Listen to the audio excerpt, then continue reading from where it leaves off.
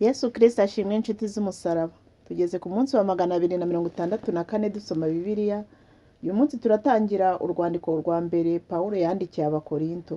Reka dusome mu izina rya Yesu. Pawulo wahamagariwe kuba intumwa ya Yesu Kristo nk'uko Imana yashatse, na Sositene mwene data, turabandikiye mwebwe abo mu itorero ry'Imana ry'i Korinto, berejwe muri Kristo Yesu kandi bahamagariwe kuba bera, hamwe n'abantu bose bambariza hose izina ry'Umwami wacu Yesu Kristo, ari we Mwami wabo n'uwacu. Ubuntu n'amahoro bibe muri mwe, biva ku Mana Data wa twese no ku Mwami Yesu Kristo. Ishimwe Pawulo ashimira itorero ry'i Korinto. Mbashimira Imana yanjye iteka, nishimira ubuntu bwayo mwaherewe muri Kristo Yesu, kuko muri byose mwatungiwe muri we, mu byo muvuga byose no mu bwenge bwose, kuko ubuhamya twahamije Kristo bwakomejwe muri mwe. Bituma mutagira impano yose mubura, mutegereza guhishurwa k'Umwami wacu Yesu Kristo. Niwe uzabakomeza kugeza ku mperuka, kugira ngo mutazabaho mugayo ku munsi w'Umwami wacu Yesu Kristo. Imana niyo kwizerwa, yabahamagariye gufatanya n'umwana wayo Yesu Kristo, Umwami wacu. Pawulo ahana itorero ry'i Korinto kutirema ibice.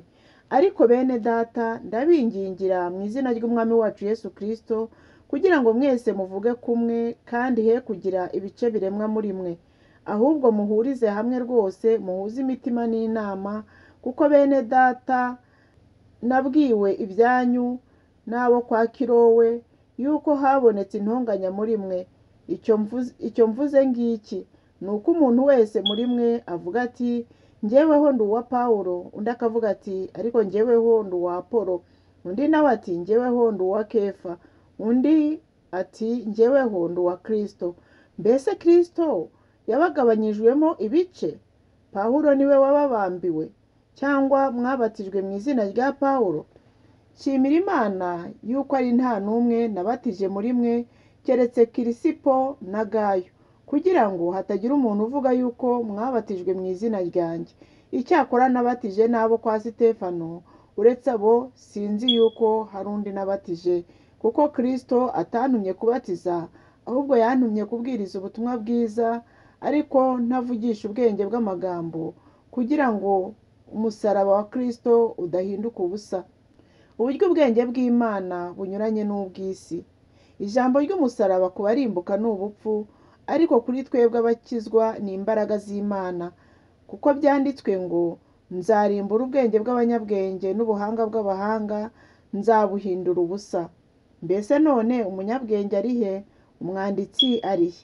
Umunyampaka wo muri iki gihe ari he? Ubwenge bw'iyi si Imana ntiyabuhinduye ubupfu?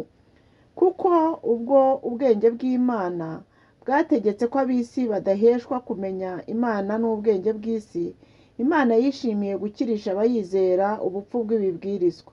None Abayuda basaba ibimenyetso, naho Abagiriki bo bashaka ubwenge, ariko twebweho tubabwiriza ibya Kristo wabambwe.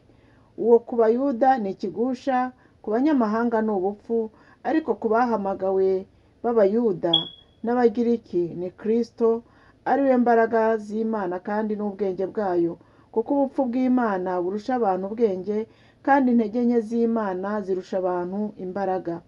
Muzirikane guhamagarwa kwanyu bene data, yuko ab'ubwenge bw'abantu bahamagawe atari benshi, n'abakomeye bahamagawe atari benshi, n'imfura zahamagawe atari nyinshi.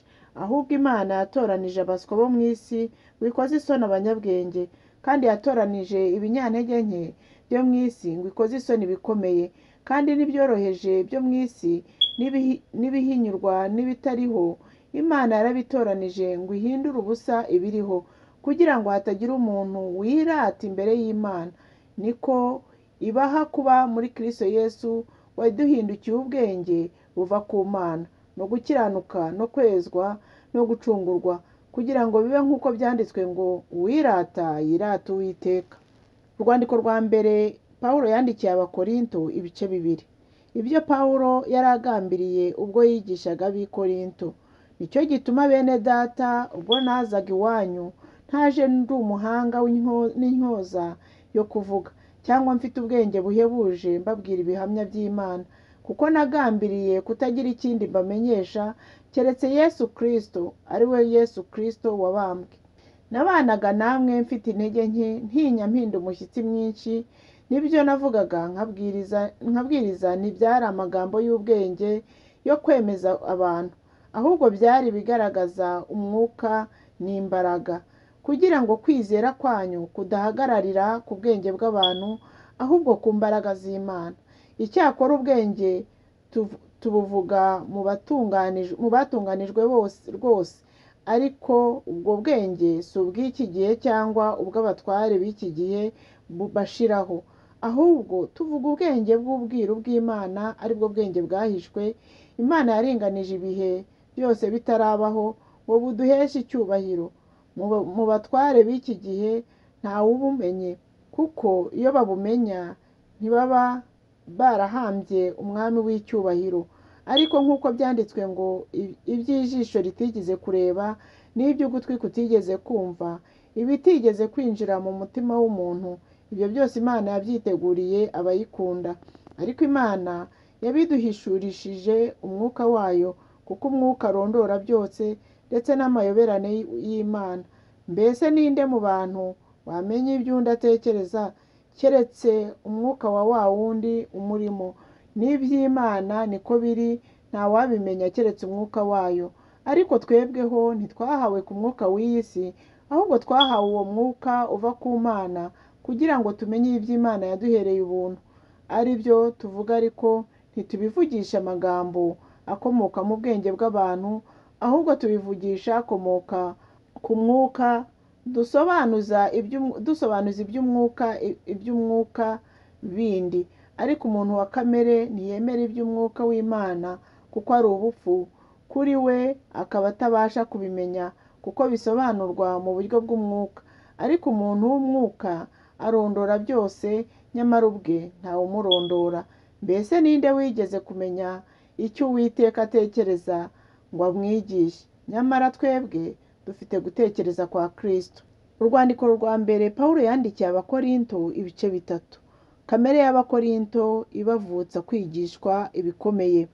Bene data, sinabashije kuvugana namwe nk'uvugana n'ab'umwuka, ahubwo navuganye namwe nk'uvugana n'abakamere, cyangwa abana b'impinja bo muri Kristo.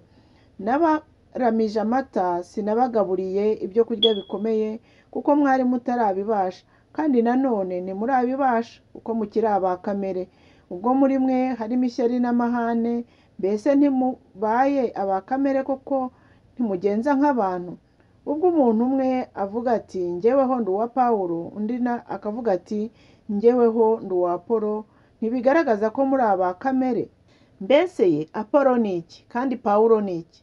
Si abagaragu batumye mwizera nk'uko Imana yabahaye umurimo?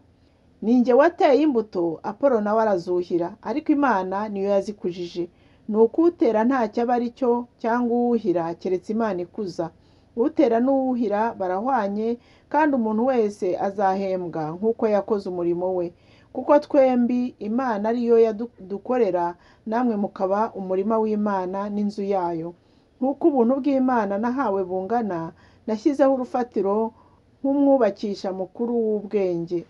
Undi yubakaho, ariko umuntu wese yirinde uko yubakaho, kuko nta rundi rufatiro umuntu abasha gushyiraho keretse urwashyizweho, ari rwo Yesu Kristo.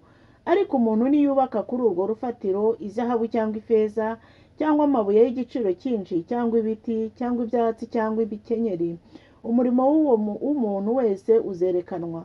Urya munsi niwo uzawerekana, kuko uzahishuzwa umuriro, akaba ari wo kandi uzagerageza umurimo w'umuntu wese.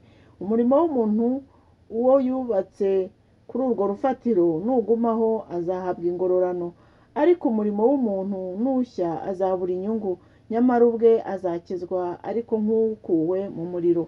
Ntimuzi yuko muri urusengero rw'Imana, kandi ko umwuka w'Imana aba muri mwe? Umuntu utsemba urusengero rw'Imana, Imana izamusemba nk'uko urusengero rw'Imana ari urwera, kandi urwo rusengero ni mwe. Ntihakagire umuntu wishuka.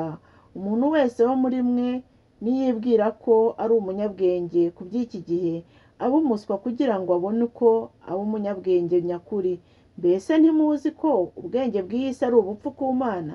Kuko byanditswe ngo itegesha abanyabwenge uburiganya bwabo, kandi ngo Uwiteka azi ibyo abanyabwenge batekereza ko bitagira umumaro. Nuko ntihakagire umuntu wirata abantu, kuko byose ari ibyanyu, naho yaba Pawulo cyangwa Apolo cyangwa Kefa cyangwa isi cyangwa ubugingo cyangwa urupfu cyangwa ibiriho cyangwa ibizaba, byose ni ibyanyu, namwe muri aba Kristo, Kristo nawe ni uw'Imana. Urwandiko Pawulo yandikiye Abakorinto, urwandiko rwa mbere Pawulo yandikiye Abakorinto ibice 4. Inshingano y'ibisonga bya Kristo bikiranuka.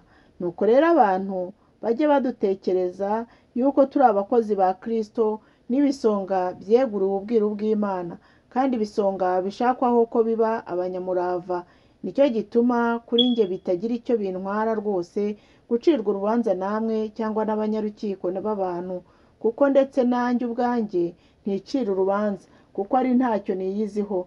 Nyamara si icyo kintsindishiriza, ahubwo umwami niwe uncira urubanza. Nicyo gituma mudakwiriye guca urubanza rw'ikintu cyose igihe cyarwo kitarasohora, kugeza ubwo umwami wacu azaza agatangaza ibyari bihishwe mu mwijima, kandi akagaragaza n'imigambi yo mu mutima. Ubwo nibwo umuntu wese azahabwa n'Imana ishimwe rimukwiriye. Icyubahiro cy'Abakorinto n'agaciro gake k'intumwa.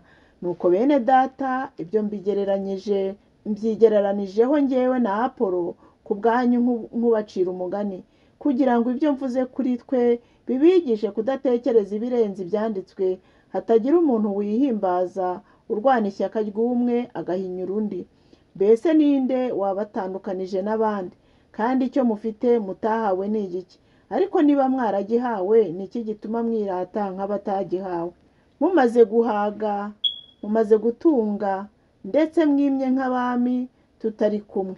Yemwe icyampa mukima, kugira ngo natwe twimane namwe.